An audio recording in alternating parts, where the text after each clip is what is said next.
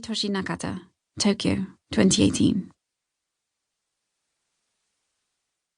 Introduction. It's a cold December night in Kyoto, the ancient capital of Japan. I've cycled through the darkness to Shorin-in, a small temple off the tourist trail at the foot of the Higashiyama Mountains. Tonight, the temple gardens are gently illuminated, the low light spinning a mysterious yarn across the silhouetted pines and chimerical bamboo groves. I remove my shoes and step inside, onto a floor polished to a high shine by 800 years of shuffling footsteps and swishing robes. The wide floorboards, mottled and darkened with age, hail from the imperial palace. I take a seat on the wraparound veranda at the back, toes numb from the cold and breath visible in front of my face. Incense fills the air. It smells like the colour purple in a way I cannot explain. Tiny lights scattered across the garden fade in and out, 1,000 stars breathing in unison. Just 10 minutes away, the entertainment district of Gion is bustling with the energy of excitable tourists, drunken businessmen, and attentive geisha. But here, up a narrow sloping road on the eastern edge of the city, I have found stillness. Overhead, a chenille moon is peeping through the trees, casting its silvery spell across the pond. Fallen leaves skate over the surface as koi carp skulk through the milky waters below. A week from now, the branches of many of these trees will be bare. A month later, perhaps cloaked in snow. I pick up a fallen momiji leaf, blushing burgundy and curling at the edges.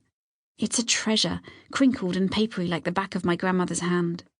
A space in my heart opens up. Right now, I have everything I need.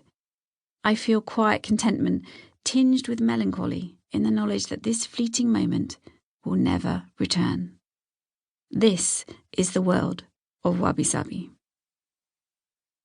Discovering Wabi Sabi. Wabi Sabi is fundamental to the aesthetic sense and gentle nature of Japanese people. It's a worldview that guides the way they experience life, although it's rarely discussed. Its influence is everywhere, and yet it's nowhere to be seen.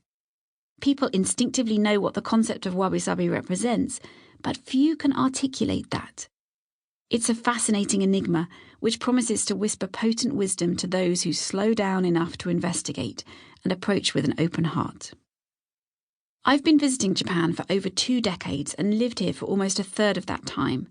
The affinity I've always felt with Japanese people belies my upbringing on the other side of the world. I've immersed myself in the culture, lived with Japanese families who speak no English, worked in the complex worlds of Japanese business and local government, spent way more than 10,000 hours studying, and travelled widely throughout the land. And yet, despite all this, a true definition of the soulful concept of Wabi Sabi has remained elusive. I could sense it, but lacked the words to explain it. A number of other non-Japanese have delved into the world of Wabi Sabi before me, and most have focused on the physical characteristics of objects and environments they associate with the idea. But those explanations have always fallen short for me. I've long had a sense that Wabi Sabi goes much deeper than we've been led to believe, flowing into many areas of life. It wasn't until I started to research this book that I realised just how deep that river runs. Why Wabi Sabi? In recent years, society has gathered pace, our stress levels have gone through the roof, and we've become increasingly obsessed with money, job titles, appearances, and the endless accumulation of stuff. There's a growing sense of discontent as we push ourselves harder and juggle more. We're overworked, overstretched, and overwhelmed. As someone who spent the best part of a decade helping people realign their priorities to build a life focused on doing what they love, I have seen how so many of us are making ourselves ill with overcommitment, constant comparison, judgment, and negative self-talk. We're sleepwalking through our days, senses dulled, spending much of our time cooped up in boxes, paying more attention to celebrities, advertising, and social media than to the exploration of our own lives in all their rich potential.